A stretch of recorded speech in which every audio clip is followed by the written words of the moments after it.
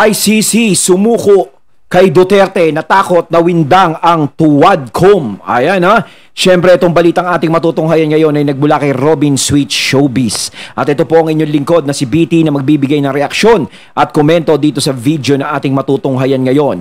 At wag na natin pagtagalin at sabay-sabay na nating panoorin ang laman ng video na hatid sa atin ni Robin Sweet Showbiz at bibigyan natin ng reaksyon ang balitang ito. Pasok! Matapos ang naging hearing ng dating Pangulong Duterte patungkol sa kampanya kontra ipinagbabawal na gamot at sa kanyang pag-amin na marami na siyang napaslang at sa kagustuhan ni BBM na papasukin na ang ICC sa bansa, ay hindi pa rin ito magiging sapat upang imbestigahan ng ICC ang dating Pangulong Duterte. Dahil ayon kay retired NBI Director Jaime Santiago, kailangang magpresenta ng mga nabiktima.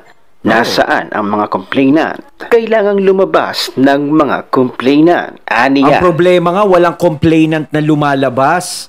Kung meron mang mga lumalabas, galing lang sa kanila talaga.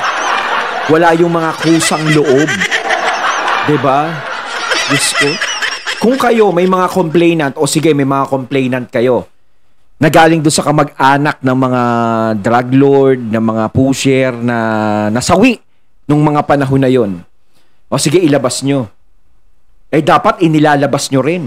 O inilalabas din yung mga naging biktima nung mga pusher at ng mga gumagamit ng bawal na gamot. Dapat para fair. 'Di ba? Doon nyo pagbasihan. Kaso ang pinoproblema nyo, no, ang ginagawa nyong pagtatanggol ay para doon sa mga gumagawa ng masama. Doon sa gumagawa ng hindi maganda sa ating bayan, sa mga kababayan natin. Yung tao na gumagawa ng maganda sa ating bayan, na merong magpapahalaga sa kabataan, sa kinabukasan, ay ginaganyan nyo, inaakusahan nyo. 'Di ba? Masyado kayo Mali yung ginagawa nyo mga sir. Sayang yung talino nyo kung saan kayo nag-aral. Kailangan pa rin talagang may lumutang ng mga complainant na dapat kailangan naman talaga magpatotoo upang formal. Hindi yung kailangang may lumutang na complainant.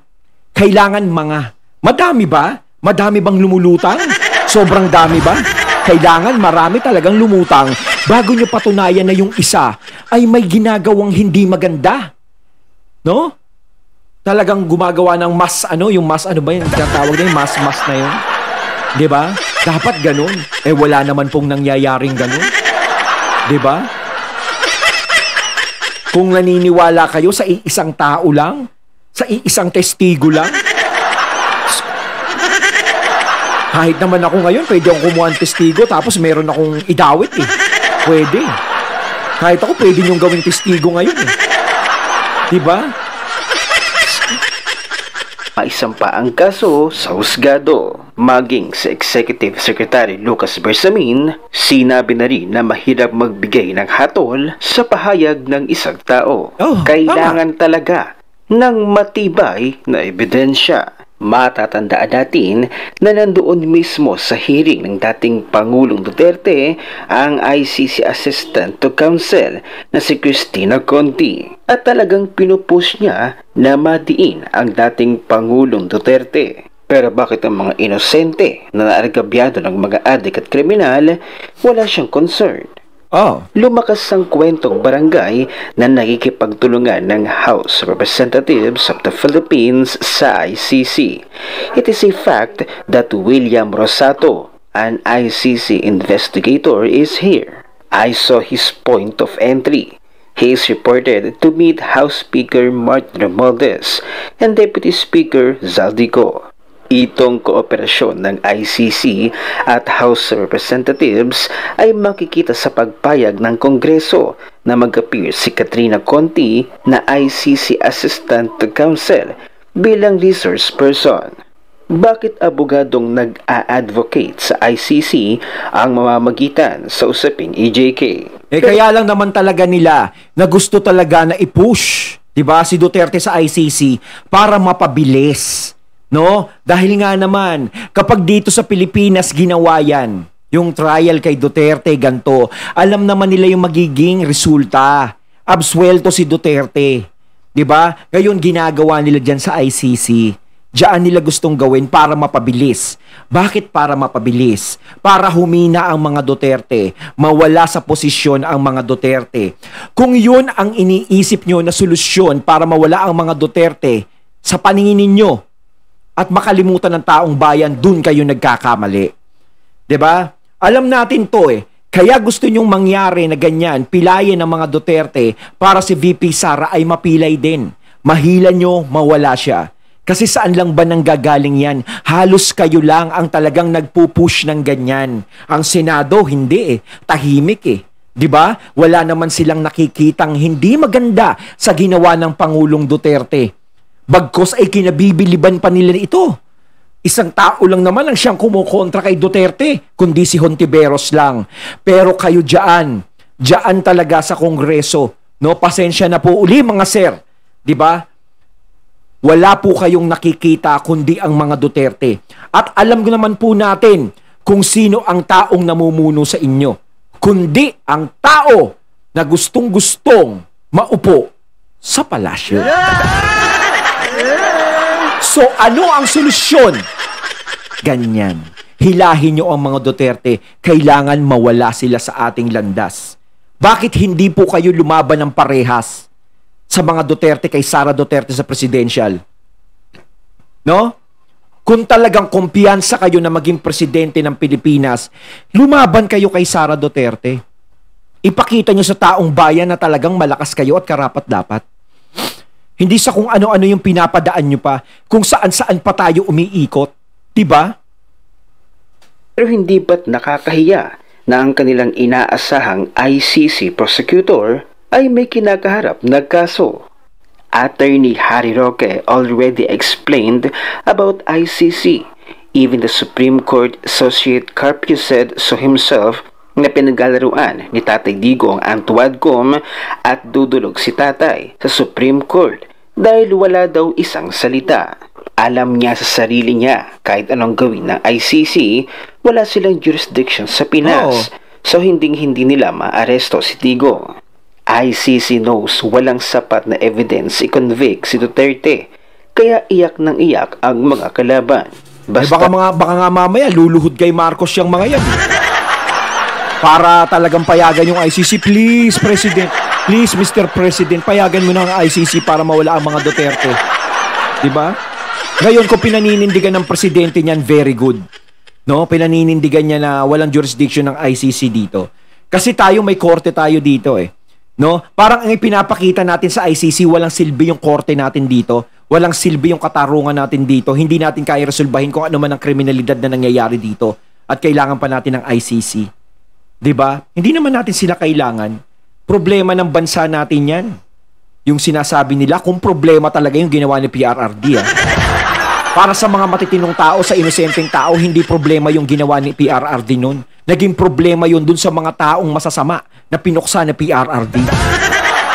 At naging problema lang din yun doon sa mga nakikinabang sa mga taong masasama.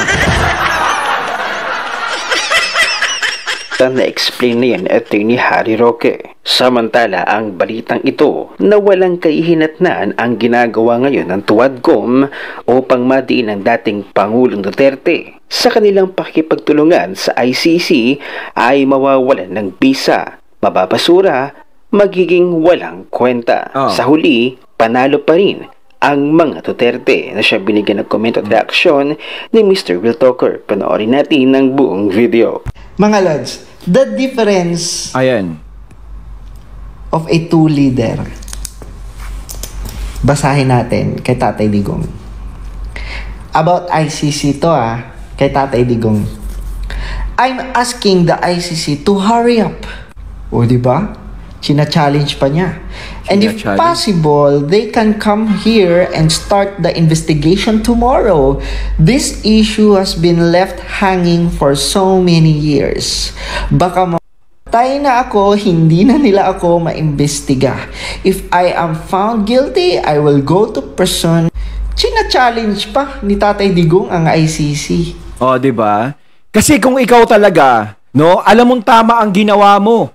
'Di ba? Wala kang ginawang paglabag no sa sarili mo, no? Kung alam mo, tsaka nakikita naman ng taong bayan eh. kung ano yung naging magandang resulta sa ginawa ni PRRD. Hindi lang naging magandang resulta yon doon sa mga taong naapektuhan, no, ng mga nagpapakalat at mga nakikinabang doon sa mga yon. Doon lang hindi naging maganda resulta noon.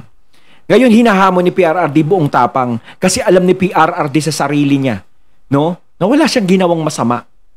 No? Masama na ba yung puksain mo yung mga taong nagpapakalat ng bisyo? 'Di ba? Masama na ba 'yun? Napatigilin mo yung mga taong 'yun na nagpapahirap sa mga kabataan natin? 'Di ba? At masama ba na pigilan mo ang kriminalidad, yung pinanggagalingan ng kriminalidad sa bansa natin? 'Di ba? Ang iniisip nila, paano naman yung mga napaslang no mga panahon na 'yon? 'Di ba? Sino po ba yung mga napaslang ngayon? May mga inosente? O sige, may mga inosente bang napaslang? O sige. Yung mga inosente nyo sa tingin nyo si PRRD may utos. Inuulit-ulit ko sabihin yan.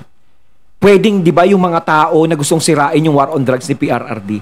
Pwedeng, di ba, yun ang gumawa nun para masira si PRRD? At yung utos naman ni PRRD na sawatahin yung mga nagpapakalat is yun ang totoo. Di ba? So, yung mga pumupuksa naman sa mga inosente nung panahon ng war on drugs, hindi nyo ba naisip na baka yun yung mga tao na gustong masira yung war on drugs si PRRD? O, di ba? Para pagdating ng araw is mabalikan siya na ngayon ginagamit ngayon. Di ba? Kasi ang hirap kasi lahat inaatang kay PRRD. Hindi nyo ginagamit yung isip nyo, parang sarado. Di ba? Tapos ginagamit nyo pa, ICC pa, ganito. Parang napakalaking kasalanan yung ginawa ni PRRD. 'Di ba? Si VP Sara, ganyan ang tinuturing nyo na sinasabi nyong corrupt. Si PRRD, mamamatay tao. Parang, 'di ba? Parang ganyan yung mga bintang nyo sa kanila. Over sa over. Nakita nyo lang na number 1 si VP Sara sa mga survey sa pagiging presidente. Grabe na talaga kayo. Diyan lang simula yan eh. Kasi dapat sisihin talaga, no? Yung survey nung una. Sinasabi nila, nabuwag ang Uniteam kasi dahil kay Tambi. Hindi pa yon. Meron pa, bukod doon kay Tambi. Nabuwag ang Uniteam dahil doon sa survey na number 1 si BP Sara. Kaya na-trigger tuloy. At maganda rin naman ang naging resulta kasi nalaman ni VP Sara kung sino ang mga hudas at ahas sa tabi nila. Meanwhile, with our current president, kasi ito, past president na si Tatay Digong eh. So, ang mas grabe dapat ang paninindigan and firm decision ang present president. Tama? Present president siya eh. Pero tignan nyo ang kanyang stand ngayon sa ICC. Nakakalungkot. Nag-iba na talaga ang statement niya at parang gusto na niyang, 'di ba, papapasukin at parang gusto na ni PBBM. Ano ba talaga, papapasukin mo ba? Hindi. Ang gulo ni PBBM, ha? Sko, nauuto ka na naman ni Insan. Megas Insan. Ni alam ang ICC sa Pilipinas. Basahin natin yung sabi yung statement ni PBBM. If yun ang gugustuhin ni PRRD, hindi naman kami haharang doon sa ICC. Imaginein mo, president siya ng Pilipinas, iaalaw niya na ang dayuhan papasok sa bansa natin. Kumbaga naghahamon si PRRD, no, naghinahamon niya, pumasok kayo. Tapos sinabi naman itong isa, kung yun ang gusto mo, hindi namin naharangin yan. Bahala ka sa buhay mo. Grabe, no? Sko naman. Wala talaga. Away na to. At manghimasok at mag-imbestiga. Oh my God! Diba? Wala ba tayong justice system? Wala ba tayong sariling jurisdiction? Hindi lang kami tutulong. Sure kayo, pero papapasukin. Pinapasok nyo tapos hindi kayo tutulong. Tama si Mr. Talker, sure ba kayo dyan?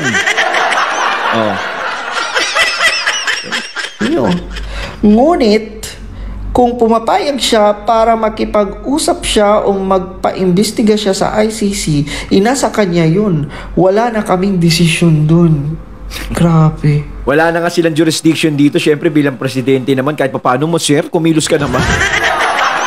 Lagi ka na lang, parang no comment, kibit-balik. Bahala siya sa buhay niya kung gusto niyo magpahuli. Parang gano'n na lang lagi. May bagyo. Malakas hangin eh. Yung mga sagot, no? Yung flood control, sir, nawasak. Climate change. Ano ba yan? Mr. President, papayag man si Tatay Digong or hindi, ikaw ang presidente. Oo, ikaw ang magdidesisyon. Magde-decide Yes. kung iaalaw mo ba ang mga dayuhan na papasok sa Pilipinas, manghimasok at mangimbestiga. Yan ang hirap eh. Yan yung lumalabas ngayon. Parang ang ating presidente, walang sariling desisyon. Kaya tuloy napapahamak eh. Baka mamaya nag-iba na naman ang nagdidesisyon dyan. Diba? Kailangan, sir, katulad ni Apo Lakay, may sariling desisyon sa sarili niya. Diba? Kaya ang tagal na muno din ni Apo Lakay. Kahit sabihin na sinasabi nila na kinokontrol daw ni Apo Lakay ang pulit. Hindi. Maganda naman talaga naging pamumuno ni Ferdinand Marcos Sr. noon. Diba? Naging maayos yung bansa natin. Oh, dapat ganun. May sariling paninindigan. May sariling isip si FEM. Diba? Dapat ganun din. Kung ganun ang tatay, dapat mas mabagsik ang anak. Diba? Ikaw ang presidente ng Pilipinas, ikaw dapat ang may firm yung may sariling decision paninindigan na dapat ang ICC, ang mga dayuhan ay hindi dapat manghimasok sa sarili nating bansa. Kasi Yes. diba, President BBM, Mr. President, may sarili tayong jurisdiction. Sabi mo, gumagana ang ating justice system. But how come? Yes. Yung mensahe mo ngayon, PBBM, Mr. President, yung mensahe mo ngayon, nagkaba na. Grabe no, para lang talaga mapabagsak at madikdik nyo ang mga Duterte. No. Kapit patalim kayo sa ICC. Wala na, kumbaga yan na lang ng pag-asa nila. Lahat ng alas nilabas na nila eh. Wala na eh. ICC na lang talaga huling baraha, parang ganun. Ayun, at ating natunghayan ng video na nagbula kay Robin Sweet Showbiz at syempre natunghayan natin ang video na yun na binigyan na din natin ng reaksyon. Walang iba kundi si Mr. Real Talker. Kayo mga katunay, anong masasabi nyo tungkol dito? Comment lang po kayo sa comment box. So once again, I'm BT and I'm out. Peace.